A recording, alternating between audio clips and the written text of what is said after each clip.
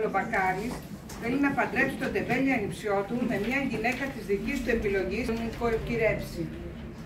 Διαβάζει στην εφημερίδα μια αγγελία για συνοικέσιο, η οποία όμως έχει μπερδευτεί με μια άλλη αγγελία για την πώληση μιας ραπτομηχανής. Ο Μπακάρης και ο ανιψιός πηγαίνουν να γνωρίσουν την υποψήφια νύφη εκεί που πωλείται η ραπτομηχανή. Στο τέλος, χάρη στο λάθος της αγγελίας, τα πρόσωπα της ιστορίας βρίσκουν τον άνθρωπο που τους ταιριάζει. Η ταινία του Νίκου Τσιφόρου «Έλα στο Θείο» είχε μεγάλη επιτυχία με τον Νίκο Σταυρίδη ως ανιψιό, τον Γιάννη Ιωαννίδη ως θείο, τη Λέλα Πατρική ως θεία του Φωτόπουλου και τη Μαρούλα Γιούλη, αδελφή του Φωτόπουλου. Από το «Έλα στο Θείο» του Τσιφόρου η παρεξήγηση λόγω ραπτομηχανής.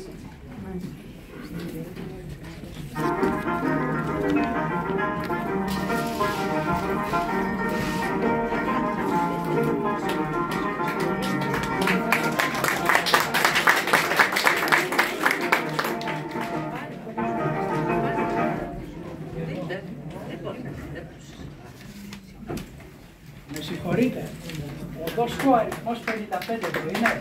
Ναι, εδώ είναι. Σε σένα ερχόμαστε. Σε σένα ερχόμαστε και πέσαμε πάνω στα όμορφα. Πάμε. Πού? Όπου να είναι, στο κοκοσάλι σου. Να φύγουμε. Κάτσε μια στιγμή. Καλέ, δεν τη βλέπεις, αυτή είναι. Στάσου. Ερχόμαστε για την αγγελία που διαβάσαμε στην εφημερίδα. Ναι, εδώ είναι. Περάστε, περάστε. Εδώ είναι, ώστε να είσαι εσύ. Όχι καλέ, η ανιψιά μου. Εγώ τι δουλειά έχω. Εγώ δεν ανακατεύομαι με εφημερίδες. Ο αδερφός της τη σκέφτηκε τη εφημερίδα. Τα βλέπεις που βιάζεσαι. Α, είπα κι εγώ. Μήπως ήρθαμε συστημένοι να πέσουμε πάνω στη σημαδούρα. Μπορούμε να τη δούμε. Καλέ πώς, περάστε. Με συμπαθάτε, Κάνε δουλειά σου, Ελένη μου. Κάνε δουλειά σου, Ελένη μου.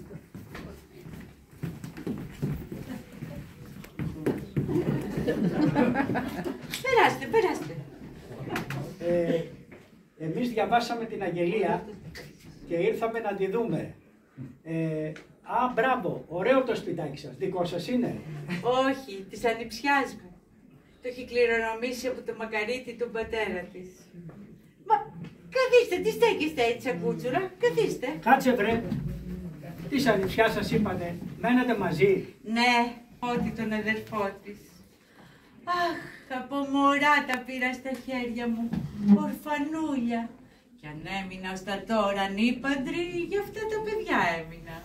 Ξέρετε, εμείς διαβάσαμε την εφημερίδα και είπαμε να έρθουμε να τη δούμε. Καλά κάνατε. Μα δεν είναι εδώ. Καλέ πώς. Την έχουμε πάει από νωρίς στην κρεβατοκάμαρα να τη μερεμετήσουμε λιγάκι. Πώς?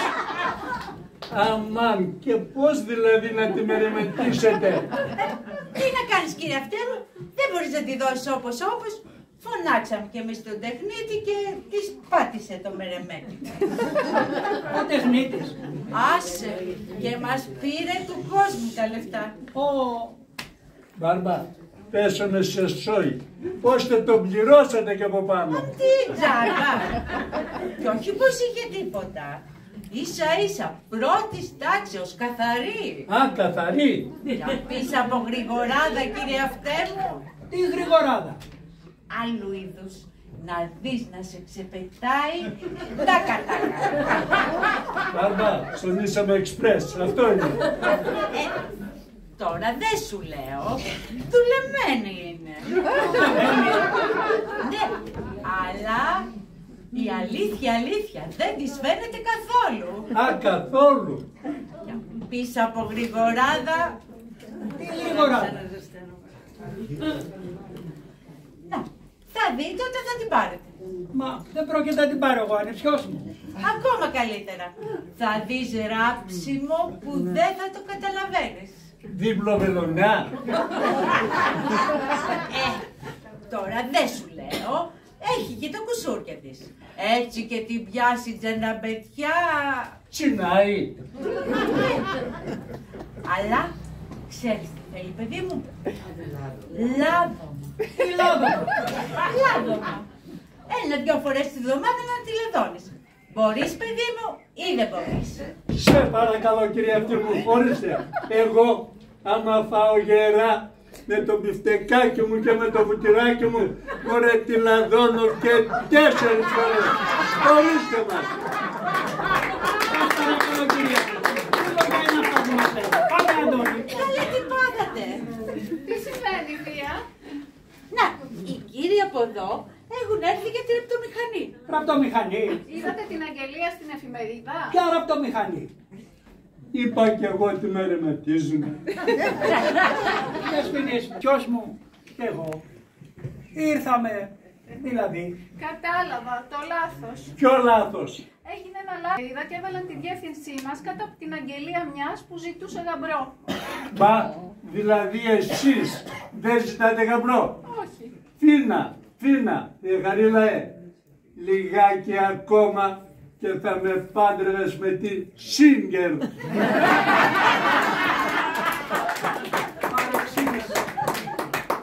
Παρεξήγηση μωρέ παιδί μου.